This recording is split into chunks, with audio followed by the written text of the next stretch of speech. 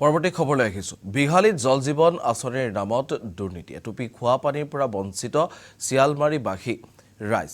এমাহ পানী দিয়াৰ পাছতে বিগত ৬-৭ মাহে অচল শিয়ালমাৰী পানী যোগান আঁচনি। জল জীৱন আঁচনিখনৰ পৰা ৰাইজ উপকৃত হোৱাৰ বিপৰীতে বঞ্চিত হ'বলগীয়া হোৱাৰ অভিযোগ উত্থাপন হৈছে। বিভাগীয় একাংশ বিষয়া, অভিযন্তা আৰু ঠিকাদাৰ চূড়ান্ত গাফিলতিৰ বাবে বিশুদ্ধ খোৱা পানীৰ পৰা বঞ্চিত হৈ পৰিছে এতিয়া ৰাইজ। দৃশ্য দেখুৱাইছোঁ, এনেধৰণে এটুপি খোৱা পানীৰ পৰা এতিয়া বঞ্চিত হৈ পৰিছে অঞ্চলটোৰ ৰাইজ, কিয়নো জল জীৱন আঁচনিৰ নামত যি প্ৰশাসনৰ সৃষ্টি হৈছে সেই স্পষ্ট ছবিখন ইয়াত সম্পূৰ্ণৰূপে প্ৰস্ফুটিত হৈছে।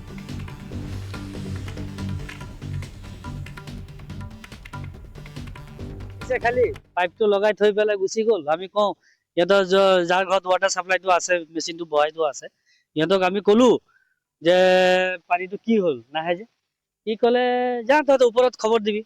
আমাৰতো ইপিনে আমিতো চলাম, কিন্তু পানী যে নাহে। সেয়াই আৰু কিহৰ কাৰণে নাহে? সেইটো নাহে, ইহঁতৰে কিবা গাফিলতি হ'বলা। পানীটো নাহে। এতিয়া আমিতো ক'লো, কেইবাৰমান ক'লো, পানী নাহে। এতিয়া এইটো কৰিব লাগিব।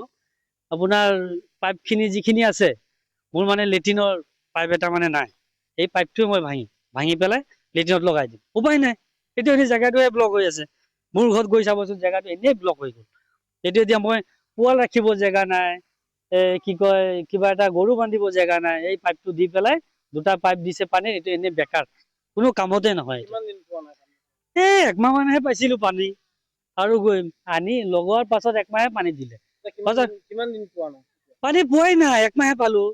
লগোৱা হ'ল আজি 1 বছৰ পাৰ হ'ল চাগে। একমাহ মান পানীহে পালো।